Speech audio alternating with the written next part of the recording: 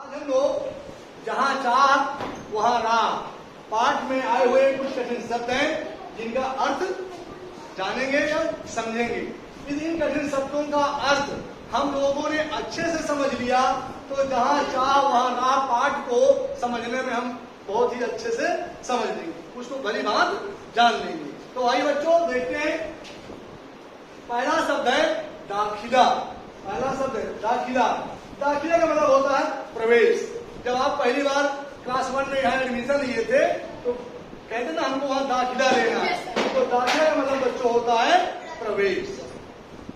तरकारी। तरकारी का मतलब होता है सब्जियां। आप घरों में भी सब्जियां आती हैं तो कुछ क्षेत्रों में उसे तरकारी शब्द कहते हैं, जिसका मतलब होता है सब्जियां। परिधान।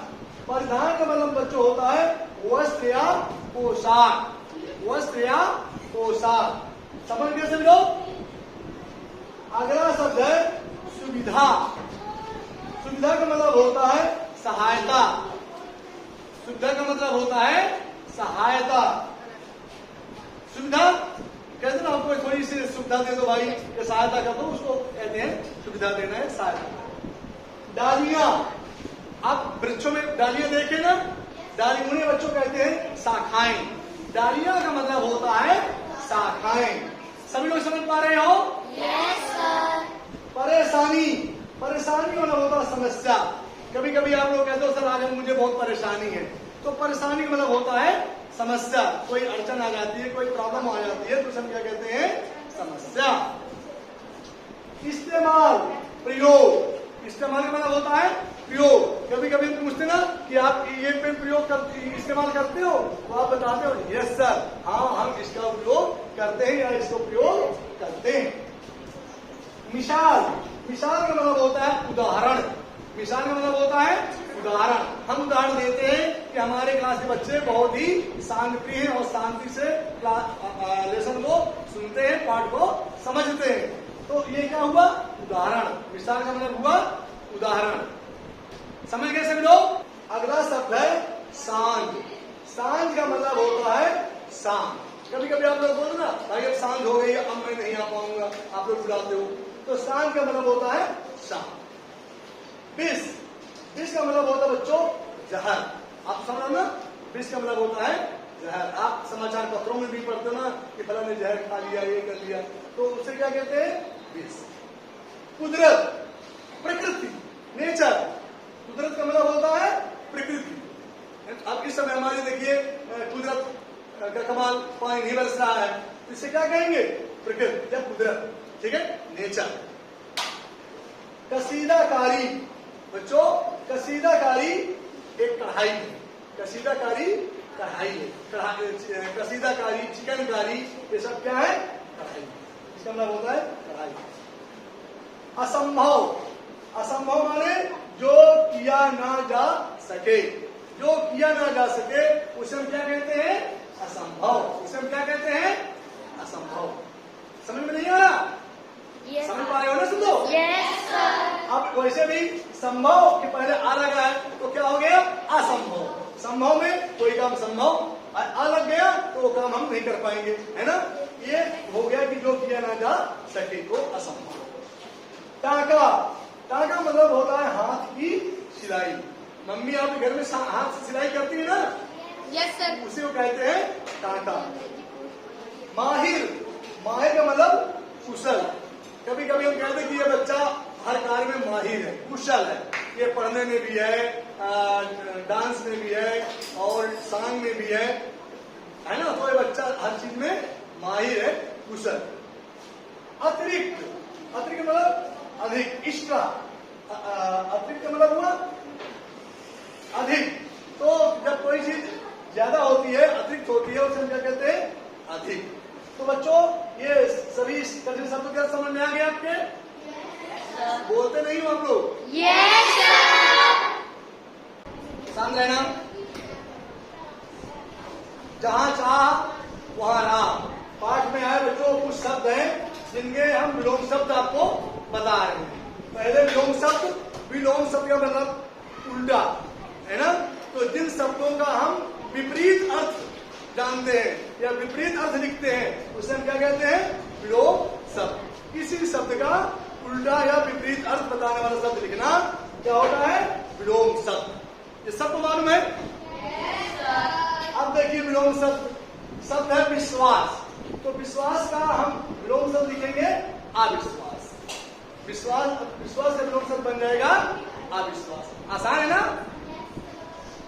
खिलना का मतलब मुरझाना।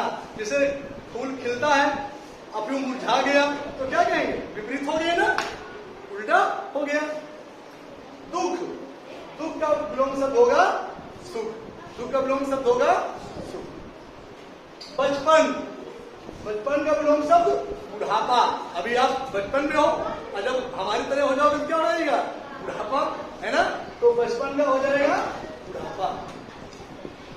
नवीनता का बच्चों विलोम शब्द होता है प्राचीनता। नवीनता का विलोम शब्द क्या होता है? प्राचीनता। सहारा का बेसहारा। भाई ना कुछ लोग कहते हैं हम बिल्कुल बेसहारा है, मतलब उनको कोई सहारा नहीं है, तो उसी का सहारा शब्द क्या बन गया? शब्द बेसहारा। सांझ का हो जाएगा सवेरा। शाम जब सूर्य अस्त होने वाला हो तो सांझ होती है। अब जब सुबह निकलता सूरज उसे हम क्या कहेंगे? सवेरा। तो सांझ का हो जाएगा सवेरा। पारंपरिक शब्द है पारंपरिक, इसका विलोम शब्द हो जाएगा अपारंपरिक। पारंपरिक का क्या हो जाएगा विलोम शब्द? अपारंपरिक। तो बच्चों किसी को कोई दिक्कत? सभी को समझ में आ गया?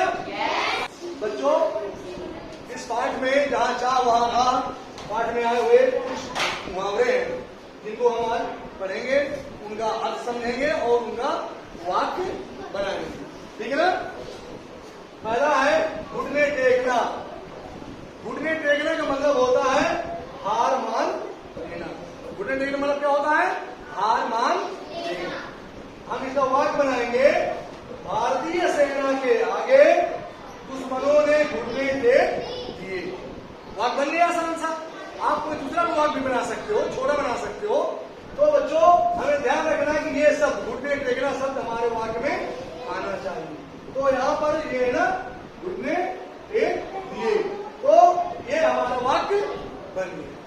दूसरा बच्चों वाक्य है दंग रह जाना। अब दंग रह जाने का मतलब होता है क्या होता है? हैरान रह जाना। दंग रह जाने का मतलब क्या होता है? हैरान रह जाना। कभी कभी तो ये काम इसने कैसे कर लिया, या इतने नंबर कैसे प्राप्त कर लिया, है ना? तो आप दंग रह जाते हो, हैरान रह जाते हो। अब इसका वाक्य बनाएंगे। इला के कार्यों को देखकर सभी लोग दंग रह गए, क्योंकि इला अपने पैरों से सब काम कर लेती थी। उन कार्यों को देख करके सभी लोग क्या रह गए?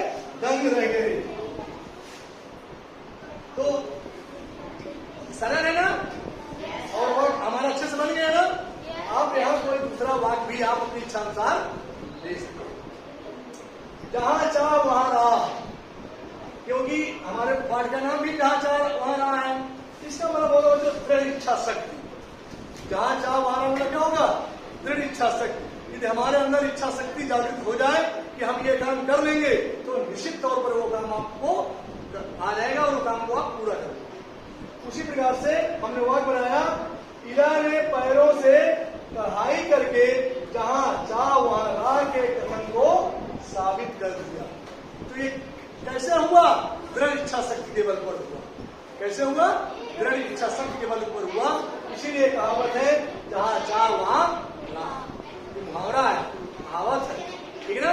यदि आपके अंदर दृढ़ इच्छा शक्ति हो तो आप सभी कार्य को सफल कर सकते हो, हर जगह पर अपना झंडा गाड़ सकते हो और आप विजयी हो सकते हो। ठीक है ना? इसी को कहते हैं जहां चाह वहां राह। ठीक है ना? अब इन मुहावरों को समझने में किसी कोई दिक्कत